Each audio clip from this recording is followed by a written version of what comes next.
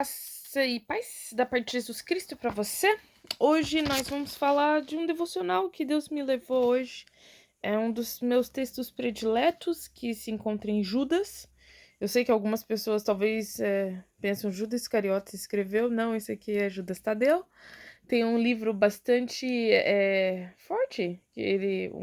Eu digo um bilhete, né? Porque tem 25 versos. E a carta de Laodiceia.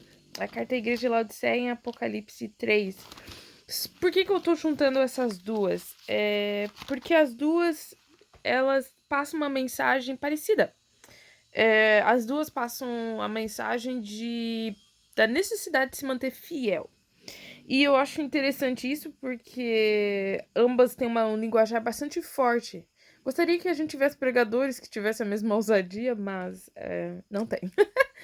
Então, o que eu gostaria de ver eu gostaria de meditar com vocês rapidinho são nessas duas cartas. Primeiro, a beleza dessas cartas, porque ambas falam de um Jesus misericordioso. É uma das dificuldades, às vezes, que tenho, dependendo do dom que você tem, que nem eu. Você pode esquecer da questão de misericórdia, da questão do Deus que resgata, do Deus que corre atrás, mesmo não precisando fazer isso. Até porque ele é Deus, ele é soberano.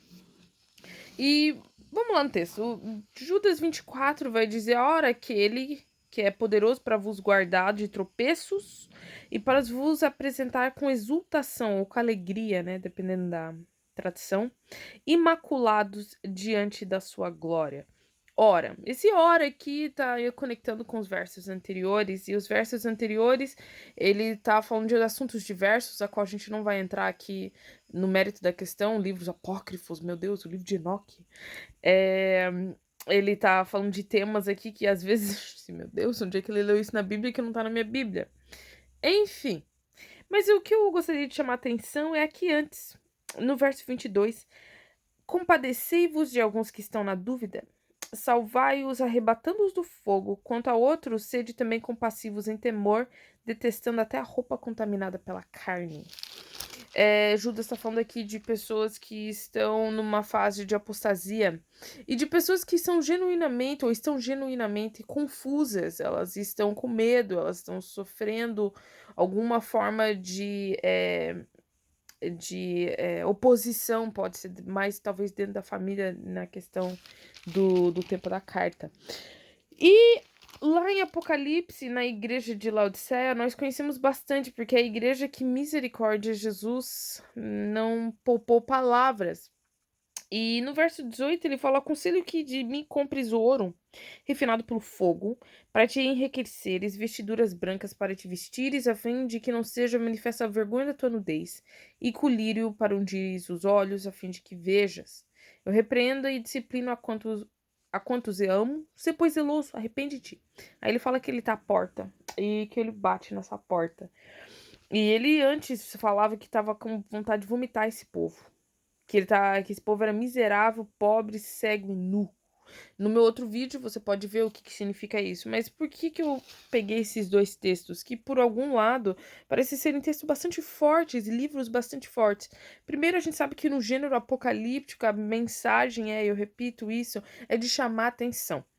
E no chamar atenção ele tem a mesma função das parábolas de que para que vejam, vejam, não vejam, para que ouçam, não ouçam. Ou seja, se você tá para se converter, vai se converter. Se não tá para se converter, no sentido de se você já tá escandalizado com o evangelho, ele vai te escandalizar cada vez mais para você ser realmente julgado. E o gênero apocalíptico, ele funciona dessa forma. E aqui, quando Jesus está falando com essas igrejas, e ele está falando através de João e Apocalipse e através de Judas, ele está tentando trazer aqueles que estão com dúvida para perto. Tipo, esses são meus filhinhos, essas são minhas ovelhas. Vem aqui perto de mim. Voltem para mim. E o linguajar às vezes é confuso para nós, porque a gente olha e fala assim: nossa, Jesus, podia falar isso um pouco mais legal, né? Porque não fica muito interessante me chamar de volta me falando que eu sou nego, pobre, cego, né? E miserável. Mas essa é a intenção de Jesus.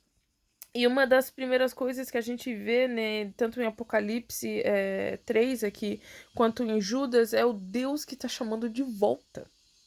E eu acho isso bonito, e aí você me pergunta como é que dá pra ver isso? Como é que você tá enxergando isso? Aqui ele diz, ora, aquele que é poderoso para vos guardar de tropeços. No original diz de pecar, de guardar você de cair em pecado e de te apresentar com alegria, imaculados diante da sua glória. E aqui em Apocalipse fala assim: aconselho que compre de mim, disciplino quanto eu amo. Olha o Deus que nos chama de volta, o Deus que não abandona, o Deus que usa um linguajar difícil de às vezes entender para quem está lendo assim de primeiro, uma repreensão que parece dura, é o que dizem Hebreus de início, ninguém gosta de uma repreensão, mas é o Deus que promete logo em seguida que ele vai te ajudar a não tropeçar, que ele te garante. Eu gosto muito disso que a gente usa na linguagem comum. Eu me garanto. Nesse caso aqui, é Deus que te garante. É Deus que te garante de não tropeçar, é o Deus que te garante de não cair, é o Deus que te garante de te apresentar naquele dia. Eu sei que uma das armadilhas de Satanás é colocar na nossa mente que nós estamos muito desviados, nós não temos volta, de que tá tudo errado, de que não sou bom crente, não adianta, esse negócio que eu tô fazendo tá tudo errado. E isso é mentira. Porque quando a gente olha para as escrituras e toda vez que a gente tem esses pensamentos, a gente precisa voltar para as escrituras, nós vemos o Deus que é poderoso para guardar, o Deus que é o que vai oferecer alegria completa, porque aqui na igreja de Laodiceia, eu já falei isso antes, eles confiavam nas riquezas dele, por isso que Jesus fala justamente contra isso, contra a cegueira espiritual, porque eles tinham um bom colírio, falam que eles são nus porque eles eram famosos na indústria têxtil e assim por diante. Mas Jesus está oferecendo a verdadeira recompensa. Ele fala assim: vem e compra de mim. Compra. Vem para mim. E eu acho muito bonito isso, porque quando a gente lê essa carta Laodiceia, a gente pensa que é só repreensão. Quando a gente lê a carta de Judas, a gente pensa que é só julgamento. E muito pelo contrário, em todas elas, Jesus, ou tá usando seus servos para falar, tá prometendo que ele vai trazer de volta. Ele tá prometendo, mantenha-se firme, não vai embora, eu tô aqui. E ele fala isso dando a promessa de que ele é poderoso para fazer isso, ele quer fazer isso, e ele faz isso com alegria, e ele quer nos dar essa alegria. Muitas vezes nós tropeçamos e nós desviamos e a gente acaba arranjando coisa que nem satisfaz, que nem preenche. E eu digo isso não só de pecado grande, mas às vezes nós trocamos o nosso pequeno devocional, eu falo por mim. Às vezes, por minutos a mais na cama, na internet, a gente perde aquela presença, aquela coisa gostosa de estar diante de Deus, aquela alegria. E Deus oferece para nós essa troca. Ei, você que tá aí achando que tá bem vestido, que você tá com bola toda, tá com colírio no teu olho, e tá confiando nas suas riquezas, seus conhecimentos, suas possessões, em tudo que você tem, na sua experiência. Deus está oferecendo para você a fonte que é Ele. E o que eu acho bonito é que as duas prometem nos colocar diante de Deus.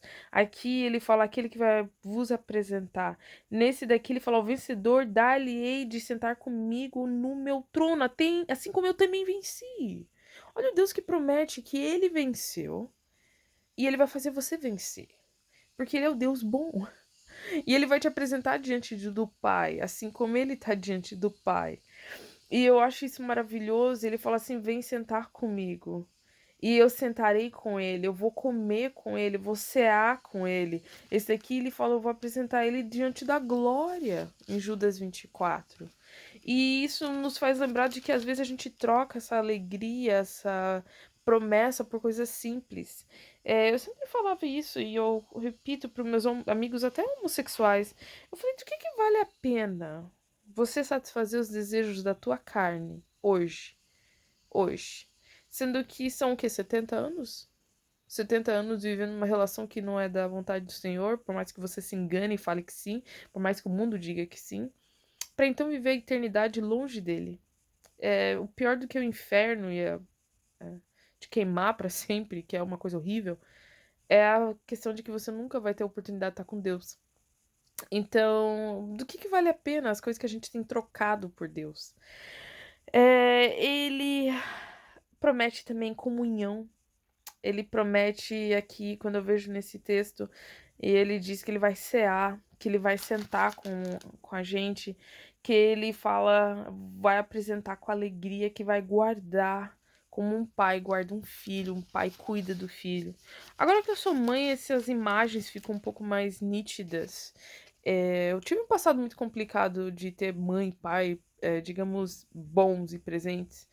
Então, essas coisas eram muito abstratas pra mim, mas agora que eu sou mãe, fica muito claro dessa proximidade, desse amor que eu quero dar pro meu filho, de eu olhar pra ele, eu ver que ele tá babando e fazendo cocô em mim de novo, mas eu amo ele.